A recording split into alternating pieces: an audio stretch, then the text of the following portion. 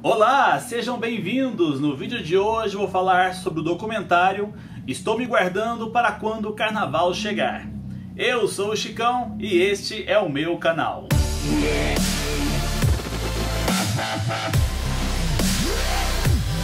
Que bom tê-los de volta em mais um vídeo, é uma honra tê-los por aqui. Se você chegou até aqui no nosso canal e ainda não é o nosso inscrito, faça isso agora! Já se inscreve aqui, já assina as notificações, deixa o seu like, curta, comente, compartilhe. Agora, se você já é nosso inscrito, seja bem-vindo de volta. No vídeo de hoje eu vou falar sobre um documentário que eu assisti essa semana chamado Estou Me Guardando para Quando o Carnaval Chegar, do Marcelo Gomes. Eu tomei conhecimento desse filme no ano passado, quando eu estive visitando o Rio de Janeiro, e esse filme estava em cartaz num dos cinemas. Eu acabei não indo assistir no cinema e felizmente esse documentário veio a estar disponível na Netflix e foi aí que eu acabei assistindo ao documentário do Marcelo. O documentário ele trata da vida dos moradores de Toritama, no Agreste Pernambucano. É uma cidade de 44 mil habitantes que é considerada a capital do jeans nacional. Mas para a gente entender um pouco sobre o que é esse documentário, é preciso entender um pouquinho também a história do Marcelo Gomes. O pai do Marcelo Gomes, ele era fiscal, e aí ele viajava por várias cidades ali do interior do Pernambuco, e o Marcelo acompanhava o pai. Quando o Marcelo se dispõe a retornar a esse agreste pernambucano, ele espera encontrar exatamente isso. Aquelas mesmas cidades pacíficas, aquelas mesmas cidades rurais.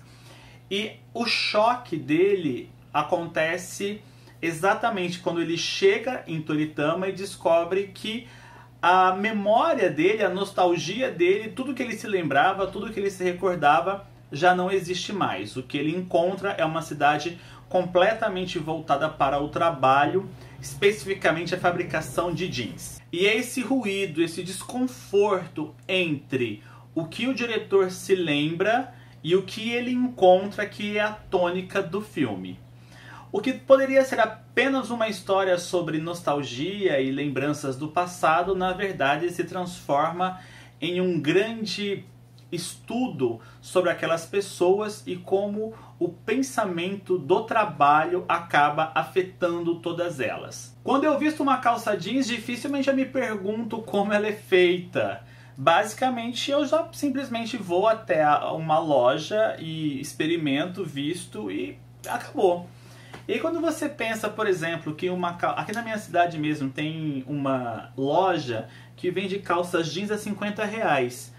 Na cidade vizinha também tem essas lojas e provavelmente onde você mora você vai encontrar lojas do tipo que vende jeans de uma forma muito barata.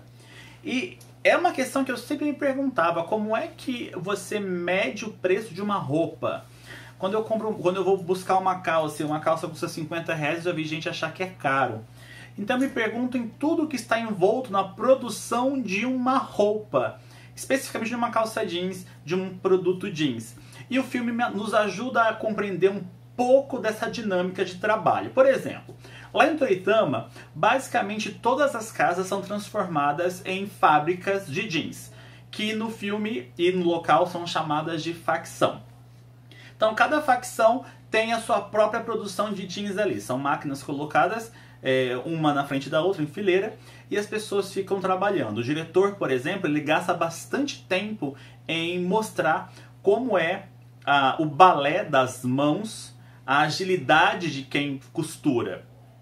E aí, numa das entrevistas que ele faz com os moradores locais, uma moça diz assim que ela ganha 10 centavos por bolso costurado e 20 centavos por cada barguilha.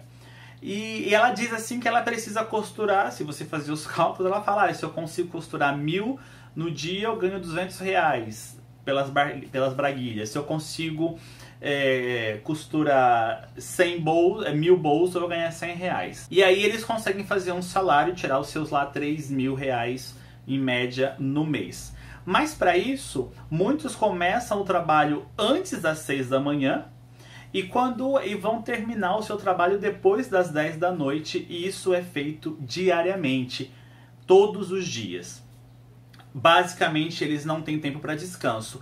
O documentarista pergunta quais são os momentos do ano em que eles param para o descanso. Eles falam que são apenas 2, né? No Ano Novo e no Carnaval. Essa dinâmica de viver para o trabalho é muito chocante para o documentarista, porque ele tem um olhar de fora. Então ele começa a enxergar esse pessoal que encontra no autotrabalho, né, no trabalho próprio, somos trabalhadores autônomos. Só que o que o documentarista percebe é que essa autonomia de trabalho, ou seja, eles não têm um patrão, não são regidos pela CLT nem nada, eles são seus próprios patrões, eles fazem o seu próprio tempo, os seus próprios horários. O que o documentarista percebe é que essa autonomia passa uma falsa sensação de liberdade. E, na verdade, esses moradores de Toritama, eles se impuseram uma autoescravidão sem mesmo perceberem. E é justamente este olhar que é importante ser observado. Quando o Marcelo Gomes entrevista os moradores locais, essa observação de que o trabalho tornou a vida daquelas pessoas massacrantes de uma certa forma, não é sentida pelas pessoas. Porque aquele pessoal que está ali costurando, que está ali dedicando mais de 12 horas de trabalho, esse pessoal, eles não têm essa consciência.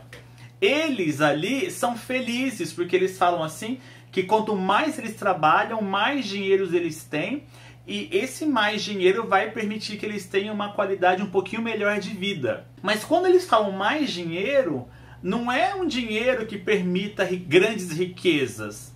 Não. Tanto é que quando eles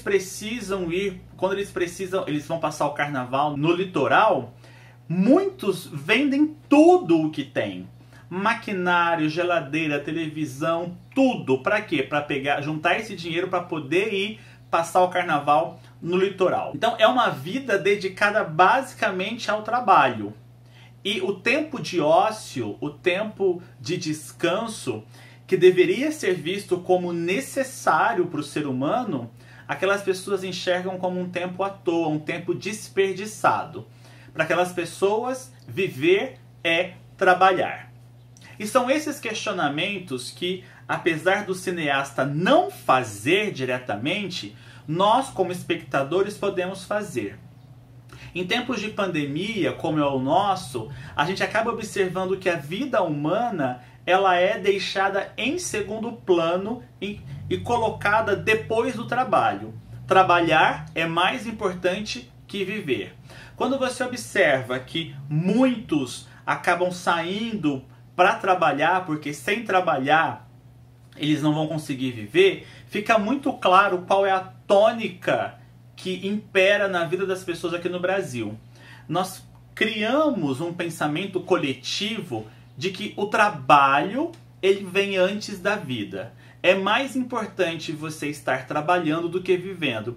Se você morrer trabalhando é uma consequência. O filme ele não faz esses questionamentos diretamente. Ao mostrar a realidade da cidade de Toritama, nós como espectadores precisamos fazer esses questionamentos.